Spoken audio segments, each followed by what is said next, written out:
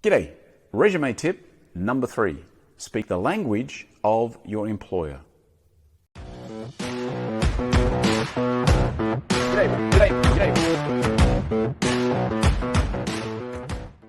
We've already spoken about how each resume, each CV, each job application should be tweaked so that it meets the specific criteria of the job that you're applying for.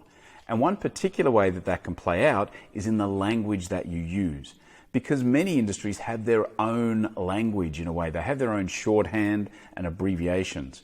And so if you're applying for a job in one particular industry, you need to make sure that the language that you use in your application, in your resume, reflects that industry. For example, if you're a hotel person, you've actually got great customer service skills, probably because you're in the business of serving people.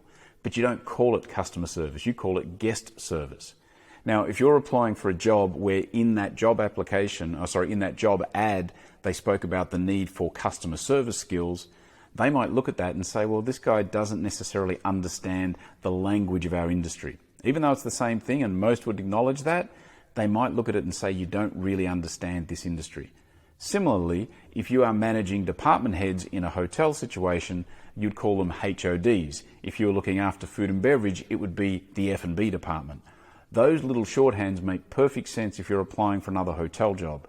But if you're not, they may not make sense. So whatever you do, make sure that you understand the language of the job that you're going for, understand the shorthands and abbreviations, and make sure that your shorthands, if you're using them in your application, are consistent with the industry you're looking to go to, not necessarily the industry that you're in.